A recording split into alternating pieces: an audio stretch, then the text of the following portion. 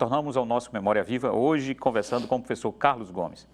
Professor, o senhor, no bloco anterior, falava que entrou tarde na universidade, aí com 23 anos e já, naquele momento, já estava casado. O senhor teve uma atividade profissional antes, no comércio, e isso impactou sua vida, tanto que o senhor depois quando vai se especializar, o senhor se dedica um pouco a direito comercial, né? Não, direito tributário e financeiro. Ah, tá. Muito bem, vou falar sobre esse assunto. Eu, em 58, antes de servir o Exército, meu primeiro emprego foi como, além do problema de rádio, eu trabalhava no SENAC, Serviço Nacional de Aprendizagem Comercial. Então, eu trabalhei um tempo lá no SENAC, excelente, muito bom, uma instituição ainda hoje maravilhosa. Depois eu passei pelo Tribunal de Justiça pouco tempo, fui servir o Exército. Quando eu retornei do Exército, eu servi na turma de 59. Em 1960, meus ancestrais possuíam uma firma comercial, uma firma de representação, e eu então entrei nessa firma com meu irmão mais novo. E ali ficamos durante muito tempo. Em 62 é que eu fui trabalhar no Tribunal Regional Eleitoral. No Tribunal Eleitoral eu trabalhei até 1971. Em 71 eu fiz vários concursos e fui aprovado e nomeado para o Ministério Público e para a auditoria do Tribunal de Contas. Preferi a auditoria do Tribunal de Contas. Por quê, professor? Porque eu via como o papai sofria como juiz e junto ao juiz sempre tem um promotor. Os dois sofriam demais. Ganhavam mal e trabalhavam muito. E tinha que resolver o problema fora do horário de expediente. Um problema ali, vai para lá. Então, como de certa forma, eu fui vacinado para seguir a magistratura ou o Ministério Público. Aí preferi ser auditor do Tribunal de Contas, que depois eu fiz um concurso para o Ministério Público, que passei, e fui classificado como procurador do Ministério Público junto ao Tribunal de Contas, que existia, que o doutor Múcio fez com que ele ficasse independente. Mas hoje, o Ministério Público junto ao Tribunal de Contas faz parte da estrutura do tribunal. Pronto. E no Tribunal de Contas, eu trabalhei até a minha aposentadoria em 1988, o ano da Constituição, da nova Constituição. E continuei na universidade. Até eu não me lembro exatamente quando foi que eu me aposentei, porque eu me aposentei e continuei a dar aula, porque Adilson Gugel, meu amigo, tinha um mandato do Ministério da Educação em Brasília e viajava muito. Carlos, e os alunos? Eu vou dar aula. Aí dei aula, continuei. Depois, quais disciplinas o senhor ministrou? Direito tributário, eu ensinei direito tributário, direito financeiro, direito municipal, direito eleitoral, e quando o doutor Ítalo Pinheiro, que era professor de direito penal, adoeceu, teve uma doença, antes de ser desembargador, ele teve um problema de saúde. Eu fiz estudar direito penal ali, dificílimo, mas consegui ensinar. Mas a minha paixão era exatamente o direito financeiro e tributário. E há um fato interessante que é ligado a meu pai. Por que é que eu preferi, me atraiu isso? O papai era um civilista. Por que eu escolhi, então, uma matéria do direito público? Por um fato inusitado. No Tribunal Eleitoral, nós tínhamos uma sede precaríssima, onde hoje é a Assembleia, um predinho já muito velho, do professor... Não, era daquele que tem o nome do hospital, Varela Santiago. Então, o tribunal não tinha nem verba para pagar isso. E ali eu assisti coisas históricas. Exatamente numa eleição lá, onde o ministro, eu não sei se era Ribeiro da Costa, telefonou, papai atendeu, Rádio Internacional, o telefone para fora daqui era um inferno, terrível, era nos gritos, né? Alô, é verdade que o tribunal adiou as eleições? Isso é verdade. Mas por quê? Porque isso era uma coisa terrível, né? Quando o tribunal decidiu não realizar a eleição, saiu um repórtereço. Certo. É que a gente pediu, o tribunal pedia tropa federal para o Rio Grande do Norte e não vinha. Era Muricy o comandante. Aí o tribunal tomou essa decisão E o ministro do Superior Tribunal Eleitoral telefona, o que é que há? Diz, não, sem tropa federal, Falta de não há garantias, condições. né? Falta de Falta de garantias. garantia. Aí disse, vou providenciar. Aí chamaram o Muricy para Recife e assumiu aqui Rolindino Manso Maciel, daqui. Certo. Aí ele acomodou tudo e as tropas se prepararam, aí houve a eleição. Quer dizer, esse foi o primeiro fato. O segundo, o tribunal não tinha dinheiro para pagar o aluguel e saiu a procurar um local, porque aí havia uma verba para inversão financeira, para comprar. Saiu todo mundo procurando. E por ironia do destino, eu era um dos que procurava um local para o tribunal. E encontrei uma casa velha nos fundos da igreja do Rosário dos Pretos e fui falar lá, não, isso é de uma família, tá aí, não encontraram da solução, tal. E quanto é que custa? Os números eu não me recordo bem, mas vou chutar assim, 120 milhões de cruzeiros, milhões não valia nada. Aí eu levei para o tribunal o nome da casa e o tribunal findou comprando por 60 milhões, que era o dinheiro que tinha. Uma bagatela. Era um prédio velho. Onde era o tribunal, porque agora o tribunal inaugurou uma nova sede, né? Mas a sede lá perto da Igreja do Rosário ainda existe, pertence ao tribunal. Construíram ali. A gente passou muitos anos naquele prédio velho. Aí é que vem o fato. Papai já aposentado, tal, vem uma comunicação do Tribunal de Contas da União de que ele teria que devolver o dinheiro da compra porque não foi obedecida a licitação, que naquele tempo era regida por um decreto era qualquer coisa de contabilidade, era o Estatuto da Contabilidade, tinha nada a ver.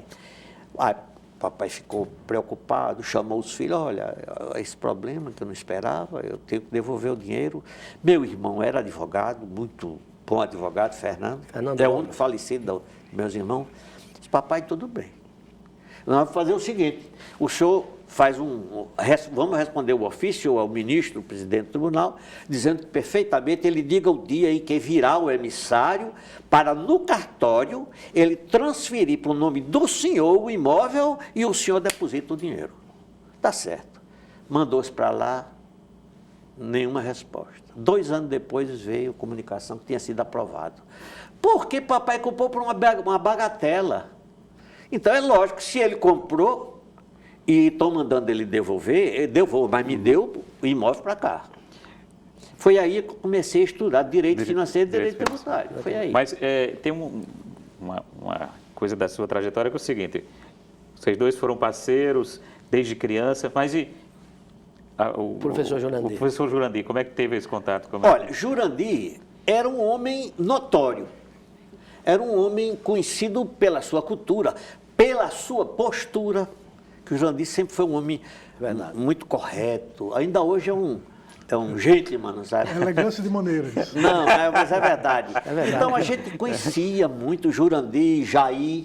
Jair tinha até a dizer que era o homem que inventou o rapaz solteiro em Natal.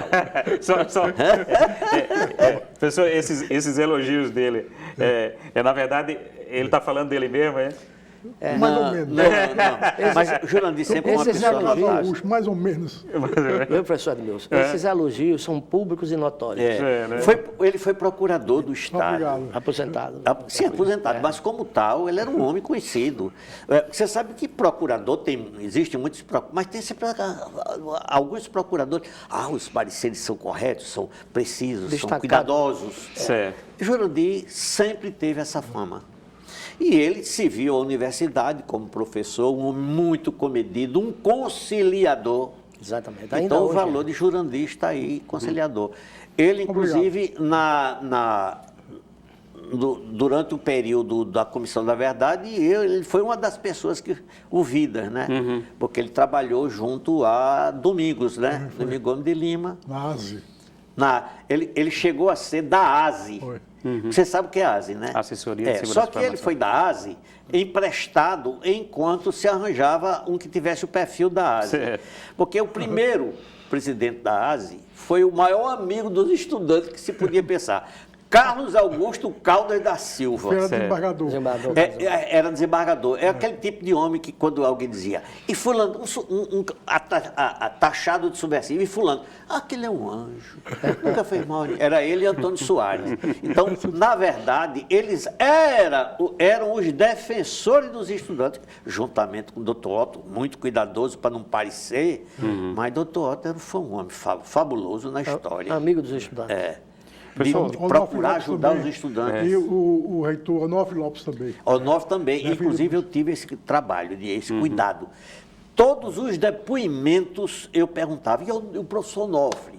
Porque Onofre era um homem de direita, então normalmente tinha aquela pecha de é um reacionário e tal, mas todos, à exceção de um, todos disseram, ele era um homem que, quando sabia que tinham prendido o estudante, ele ia atrás e chegava e dizia, isso é um absurdo, um estudante universitário não pode ficar num cômodo desse, e revolucionava tudo, tinha que mudar, as preces adaptavam. Esse foi um homem, todos os que prestaram depoimento presos, declararam que Dr. Onofre era um homem que só tinha, o amor da vida dele era a universidade. O senhor está fazendo referência a fatos que vieram à tona ou que foram rememorados Na comissão. na comissão da verdade. É verdade. Uma pequena interferência, Pois não. com sua permissão. Carlos Gomes, é público e notório, vou repetir essa expressão, de que esse trabalho da Comissão da Verdade, da qual você foi o presidente, como já foi referido pelo entrevistador, professor Edmilson, teve repercussão nacional pela seriedade do trabalho, né, Edmilson? Exatamente. O doutor Jonadis sabe disso, que foi ouvido pela comissão. Perfeito. Pela fidelidade aos fatos apurados, não é? Pela isenção de ânimo, isso tudo é conhecido na sociedade norte-riograndense, e posteriormente reconhecido nacionalmente. Para não se falar, Carlos Gomes, também na qualidade editorial do Sim, da relatório, universidade. de altíssimo nível. Um livro belíssimo. Muito bom. Não é verdade, professor? Então, significa dizer, Carlos, que você, com sua equipe de estagiários, de membros da comissão, lavraram um tento espetacular com esse trabalho muito sério, que faz parte hoje da história do povo do Rio Grande do Norte. Porque não resta dúvida, né, realmente. Carlos? Eu queria que você, se fosse possível, acrescentasse alguma curiosidade, algumas dificuldades que foram encontradas. A primeira surpresa foi quando me disseram que eu era tinha sido indicado eu já estava aposentado, pela reitora para compor a comissão. Bom, fui para a reunião. Cheguei lá e disse, pô, tudo bem. E você é o presidente. Que eu sou o presidente. Por que eu sou o presidente?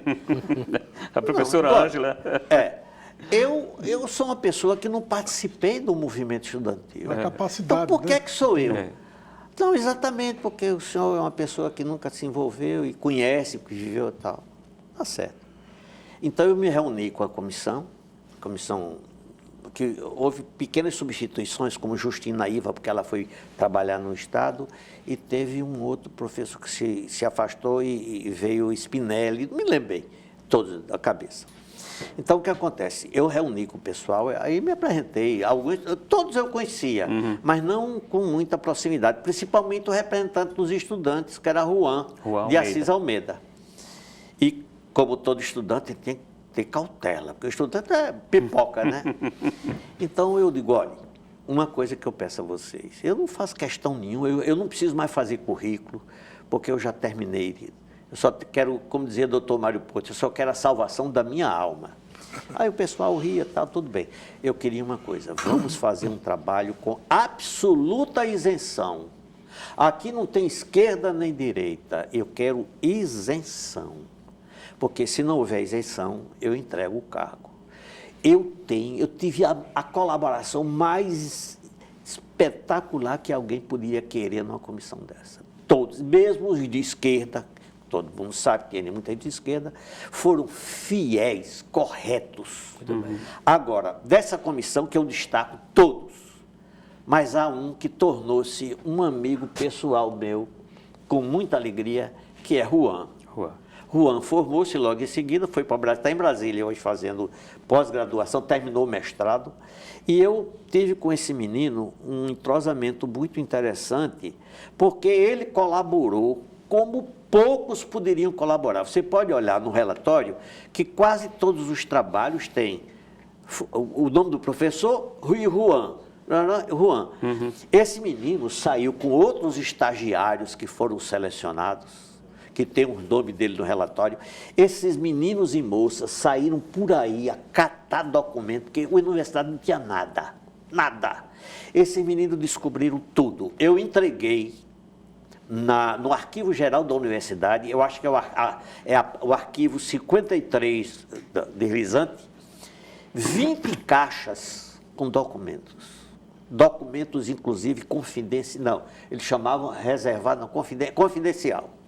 Documentos importantes, alguns publicados no livro, e muita coisa importante, muita coisa. Até livros da universidade, livros de ata, aquela história dos professores que receberam títulos honoríficos, etc. Então, foi um trabalho exaustivo, mas completamente, vamos dizer, satisfatório, porque o resultado do relatório foi muito bom, entendeu? E um trabalho de resgate histórico. E resgate. Eu quero até dizer, é uma estatística que é importante até aqui para o Memória Viva. Eu usei muito os arquivos daqui. Eu ouvi 27 pessoas, de direita e de esquerda, e consegui 20 documentos do Memória Viva. Esses estão todos catalogados e transcritos, né, de pessoas que já tinham falecido e que esclareceriam, como esclareceram de fato algumas coisas.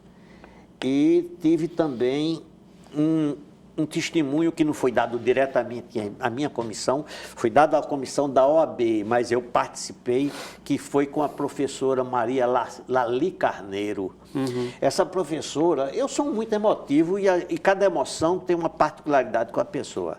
Eu vi, eu posso dizer que esse trabalho me desgastou psicologicamente, porque eu via um colega de faculdade, já da minha idade, chorar na minha frente, quando eu dizia, olha, davam tiros. Não, na universidade não houve tortura, absolutamente. Houve alguns atos de força, mas eles diziam que eram ameaçados e sentiam o pavor de ser o próximo e que tudo era inventado, né? Davam um tiro assim para dizer que alguém... Tortura doutora psicológica. Maria Lali falou que foi levada para os morros também, perto do 16 RI, e lá davam tiros e ela ficava apavorada. Mas ela disse uma coisa para mim que me deu uma grande emoção. Ela disse, olha, a coisa que mais eu senti na minha vida, na época em que eu estava sendo perseguida, é que quando na faculdade de medicina eu cruzava com alguns professores, eles faziam o gesto, não fale comigo não, não fale comigo não. Olha. Isso me foi lá dentro, rapaz, porque não pode ter coisa pior do que um professor virar as costas para um aluno que está padecendo de um problema. Mas, por outro lado, eu posso dizer que eu consegui obter informações de que alguns professores de faculdade diversa, mas da minha em particular, pediram autorização para ir à penitenciária, não, ao 16 RI, onde estavam presos os estudantes para fazer prova e eles não perderam o ano. Olha só. E houve também o fato de Dr. Otto, que postergou a realização de um concurso para dar tempo de Luiz Maranhão ser solto. O ponto de vista, a covardia e a coragem. E a coragem. A coragem, Porque um homem desse tem que ter verdade, coragem, né? Exatamente. E a covardia de ser professor com aluno. Pois é, nós tivemos aluno, muita gente não sabia disso, que foi fazer a prova para o aluno. Você sabe que, prejudicar. interrompendo para o Obséquio, Valdir Freire, que foi presidente da UB, foi visitar aquele Silvestre. François Silvestre. François me contou, viu, que ele estava lá despido no cárcere, despido, tirar a roupa dele, tudo, né? E ele dormia ali, aí ele conseguiu uma cama, tudo, para botar lá. Pois é. Tem um... Valdir da Silva Freire. Valdir da Silva, que foi presidente da hora. Foi. Professor, dessa nossa conversa tem um dado que eu acho que o telespectador também acompanhou, desse relato da Lali Carneiro, mora na França hoje, né? Faleceu. Já faleceu há pouco tempo. Ela esteve aqui pouco tempo antes de morrer. Ah, tá. Que é, nesse momento histórico que nós estamos vivendo hoje, resgatar esse clima, porque as pessoas falam da ditadura e não tem uma dimensão do que é que significava no cotidiano. E isso que o senhor fala, de um professor passar para o aluno e dizer que não fale, que não dirija a palavra, de pessoas que negavam o conhecimento de outrem. Bom, esse é mais um elemento para a gente reforçar a importância do trabalho que foi feito pela Comissão da Verdade, presidida pelo senhor. Mas o tempo da televisão sabe como é. Então nós estamos chegando ao final desse segundo bloco, a gente já retoma com o nosso Memória Viva, conversando hoje com o professor Carlos Gomes.